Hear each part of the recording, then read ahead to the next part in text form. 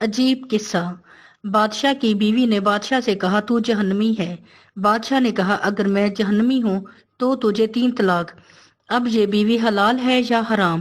امام شافعی رحمت اللہ علیہ یا کسی اور فقہ کے دور کا واقعہ ہے کہ اس وقت کا بادشاہ اپنی بیوی کے ساتھ تخلیہ میں تھا۔ اس کی بیوی کسی وجہ سے اس سے ناراض تھی۔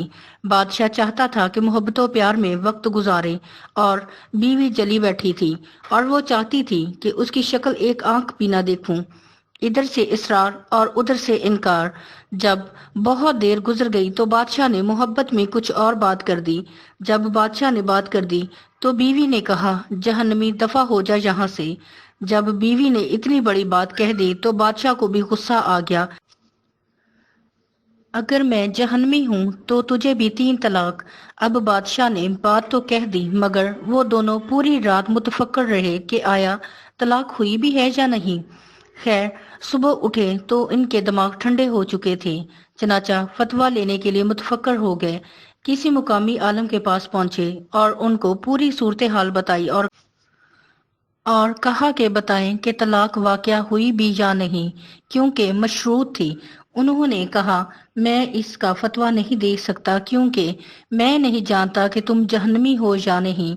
کئی اور علماء سے بھی پوچھا گیا مگر ان سب نے کہا کہ ہم اس کا فتویٰ نہیں دے سکتے کیونکہ بات مشروط ہے۔ بادشاہ چاہتا تھا کہ اس قدر خوبصورت اور اچھی بیوی مجھ سے جدا نہ ہو مگر مسئلہ کا پتہ نہیں چل رہا تھا کہ اب حلال ہے بھی یا نہیں۔ بالآخر ایک فقی کو بلایا گیا اور ان سے عرض کیا گیا کہ آپ بتائیں۔ انہوں نے فرمایا کہ میں جواب تو دوں مگر اس کے لیے مجھے بادشاہ سے تنہائی میں کچھ پوچھنا پڑے گا۔ اس نے کہا ٹھیک ہے پوچھیں۔ چنانچہ انہوں نے بادشاہ سے علیحدگی میں پوچھا کہ کیا آپ نے زندگی میں کبھی کوئی ایسا موقع آیا ہے کہ آپ اس وقت گناہ کرنے پر قادر ہوں مگر آپ نے اللہ کے خوف سے وہ کبیرہ گناہ چھوڑ دیا ہو؟ بادشاہ سوچنے لگا۔ کچھ دیر کے بعد اس نے کہا ہاں ایک مرتبہ ایک ایسا واقعہ پیش آیا تھا۔ پوچھا وہ کیسے؟ وہ کہنے لگا ایک مرتبہ جب میں آرام کرنے کے لیے دوپہر کے وقت اپنے کمرے میں گیا تو میں نے دیکھا کہ محل میں کام کرنے والی لڑکیوں میں سے ایک بہت ہی نہایت خوبصورت لڑکی میرے کمرے میں کچھ چیزیں سنوار رہی تھی۔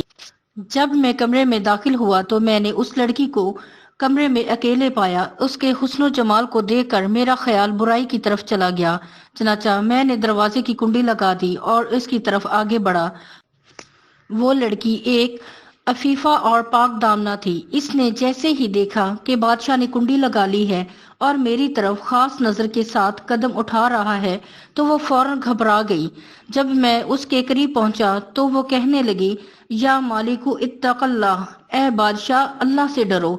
جب اس نے یہ الفاظ کہے تو اللہ کا نام سن کر میرے رونگٹے کھڑے ہو گئے اور اللہ کا جلال میرے اوپر غالب آ گیا۔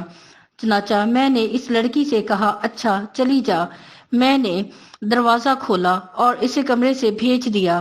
اگر میں گناہ کرنا چاہتا تو اس وقت لڑکی سے گناہ کر سکتا تھا۔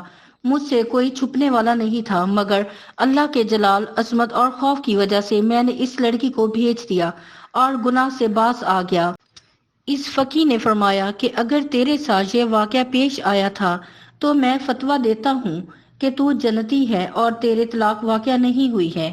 اب دوسرے علماء نے کہا جناب آپ کیسے فتویٰ دے سکتے ہیں؟ انہوں نے فرمایا جناب میں نے اپنی طرف سے فتویٰ نہیں دیا بلکہ یہ فتویٰ تو قرآن دے رہا ہے۔ وہ حیران ہو گئے کہ قرآن نے فتویٰ کیسے دیا؟ انہوں نے جواب میں قرآن پاک کی آیت پڑھی جس کا ترجمہ یوں ہے، جو اپنے رب کے سامنے کھڑے ہونے سے ڈر گیا اور اس نے اپنے نفس کو خواہشات میں پڑنے سے بچا لیا تو ایسے بندے کا ٹھکانہ جنت ہوگا۔ پھر انہوں نے بادشاہ کو مخاطب کر کے فرمایا چونکہ تم نے اللہ کے خوف کی وجہ سے گناہ کو چھوڑا تھا اس لیے میں لکھ کر دیتا ہوں کہ اللہ تعالیٰ تمہیں جنت عطا فرما دیں گے۔ اللہ تعالیٰ ہمیں معید کا یہ استحضار نصیب فرما دے، ہمیں گناہوں کی لذت سے محفوظ فرما دے اور بقیہ زندگی گناہوں سے پاک ہو کر گزارنے کی توفیق عطا فرما دے، آمین۔ عشق کی چوٹ تو پڑتی ہے سبھی پہ یکساں، ظرف کے فرق سے آواز بدل جاتی ہے۔